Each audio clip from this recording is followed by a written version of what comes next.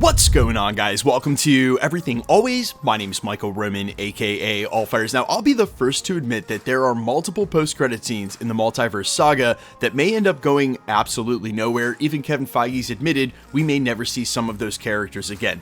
Duly noted. However, there were some post-credit scenes, like the one for the end of Multiverse of Madness, or more specifically the post-credit scene in Shang-Chi, that seem to have huge implications that still hold to wherever the story is going with Avengers, Doomsday, and eventually Secret Wars. Today we're going to cover a theory as to where the beacon illuminated by Shang-Chi's use of the 10 rings at the end of his film is actually going to, or rather emanating from, and what it means for those 10 rings, Shang-Chi, and an epic journey at the heart of the upcoming Avengers Doomsday and eventual involvement with Secret Wars. We're breaking it all down, but first I want to tell you about the sponsor of today's video. Now, as some of you guys already know here at the channel, I am a die-hard World of Warcraft player. I'm an 8-time Gladiator Warlock who very generally competes at the top of the leaderboards for any game mode PvP.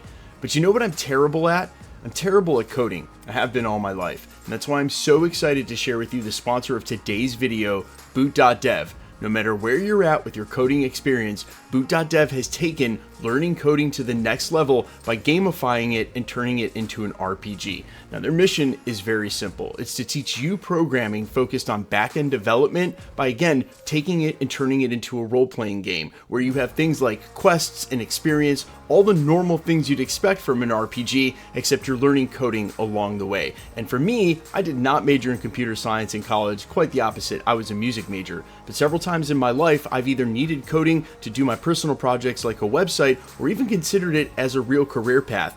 Listen, the median back-end developer in the United States makes $100,000, and that's just the median, which means it goes up from there. And a lot of times, those jobs are either hybrid remote or even completely remote, which you guys know since the pandemic, all the work-from-home jobs have basically dried up. And again, with Boot.dev, you're going to learn back-end development with Python and Go in a self-paced way that feels like an RPG. And look, if you want to check out their website, it's free to make an account, log in, and get started. The interactive sort of gameplay of it will go away after guest mode for a while, but you can at least test it out and see if it's not the best tool for you, because for me, it got me in there, it got me writing code right away. So go ahead and go over to Boot.dev, use my code everything. You can hit the QR code at the top of the screen or the link down below in the description, and you're going to get 25% off your first full year plan. Again, hit the QR code, hit the link down in the description, go to Boot.dev, get 25% off with code everything, and start your journey to becoming a coder and backend developer today.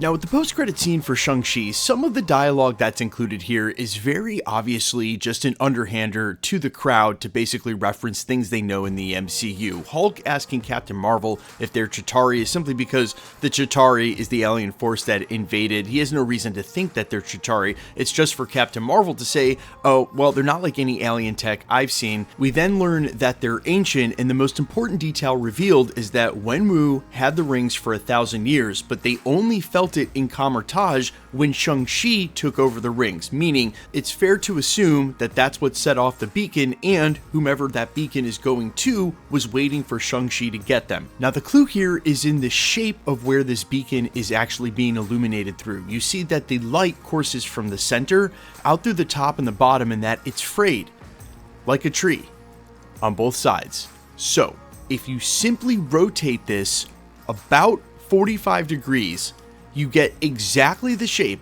of the Yggdrasil world tree that Loki turned the multiverse timeline into when he assumed his seat at the center of the multiverse, which means specifically that signal is either going or coming from Loki.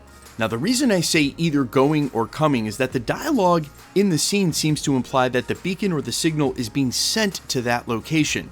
However, if you look at the animation, it certainly looks like the signal is emanating, or rather coming, from that location. So this means one of two things. If the signal is truly being sent to Loki, that's to notify him that Shang-Chi is now in possession of the rings and ready to be recruited for his multiverse Avengers. Industry insiders have indicated that one of the teams we will see is the force that Loki recruits himself. Now, I've always thought this brings up some sort of complicated issue where it certainly felt like at the end of Loki season 2 that he was sort of confined to that chair. The guy who was worried about his friends, now destined to be alone at the center of the multiverse, giving giving them all a chance, as Sylvie put it. But even though it wasn't shown on screen, remember, we got a glimpse at Loki's power set. He could stop time, work outside of it, go back in time. It's implied he spent decades or maybe even centuries learning physics there at the end of season 2. So a lot of the life that Loki has lived has been off screen, and it is possible that at one point he thought to take these weapons that would notify him in the future of which heroes to recruit, like Miss Marvel's bands and what probably would have been the Necro Sword for Black Knight, but well, again, like we said in the prologue, we might not be seeing Black Knight for a while. Now, the other option is that it looks like what the animation looks like, and that the signal is coming from Loki, which means these 10 rings operate as a roadmap of sorts, a way to find Loki and how to get to him. Now, we know from some behind-the-scenes set photos and videos that were posted to social media by the actors and stunt doubles themselves, so lightest of spoiler warning, though it's been covered at almost every YouTube channel at this point, including ours, that at least Thor's stunt double was not only in the TVA, but was on set in the TVA outside the entrance to the loom, where Loki took his seat at the center of the multiverse. That means that at least Thor is going to travel there. And given some other industry insider reports, apparently Thor may be one of the first characters, because of his connection to eternity through love, who finds out about what's going wrong with the multiverse in the coming of Doom, which means that Thor could be on his own path to try to assemble Avengers, or simply find a way to Loki himself, which might lead him to Shang-Chi.